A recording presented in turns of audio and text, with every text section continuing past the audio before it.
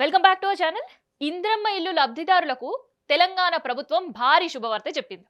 ఇల్లు కట్టాలంటే ఎక్కువ ఖర్చు అవుతుంది, ఆందోళన పడుతున్న వారికి ఊరట కలిగించే నిర్ణయం తీసుకునే దశగా ప్రభుత్వం అడుగులు వేస్తుంది.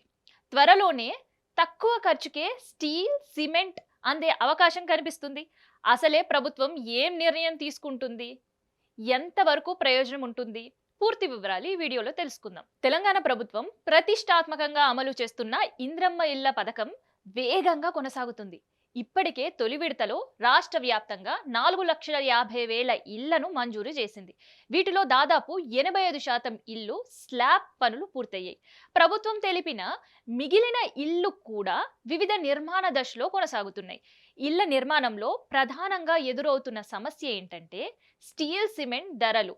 వీటి ధరలు ఎక్కువగా ఉండడం లబ్ధిదారులపై అదనపు భారం పడుతోంది.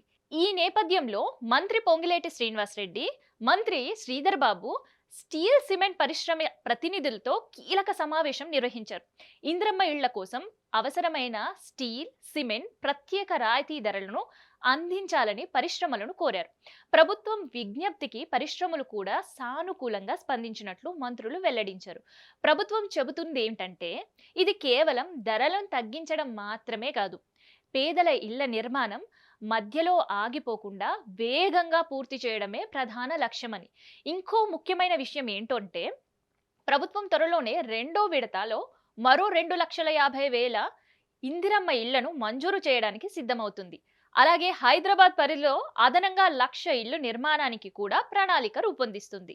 గిరిజన నియోజకవర్గాల్లో ప్రత్యేకంగా 1000 నుంచి 1,500 అదనపు ఇళ్లను మంజూరు చేయడానికి కూడా ప్రభుత్వం నిర్ణయించింది. ఇంద్రమ్మ ఇళ్ల మంజూరు ఒక విడతలో ముగిసిన ప్రక్రియ కాదని 3-4 విడతల్లో కూడా అర్హులైన ప్రజలకు ఇళ్లను మంజూరు చేయిస్తామని మంత్రులు స్పష్టం చేస్తున్నారు. తక్కువ ధరకే స్టీల్, సిమెంట్ అందించే లబ్ధిదారులపై ఆర్థిక భారం గణనీయంగా తగ్గే అవకాశం ఉంటుంది. దీంతో ఇళ్ల నిర్మాణం వేగం కావడం మాత్రమే కాకుండా ప్రభుత్వం నిర్దేశించిన గుడిసెలు లేని తెలంగాణ లక్ష్యాన్ని మరింత బలం చేకూరుతుంది అని అధికారులు భావిస్తున్నారు. మరి ఈ నిర్ణయం వల్ల నిజంగానే ఇంద్రమ్మ ఇళ్ల నిర్మాణం వేగంగా పెరుగుతుందా?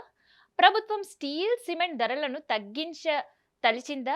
మీ అభిప్రాయాన్ని కామెంట్ రూపంలో తెలియజేయండి.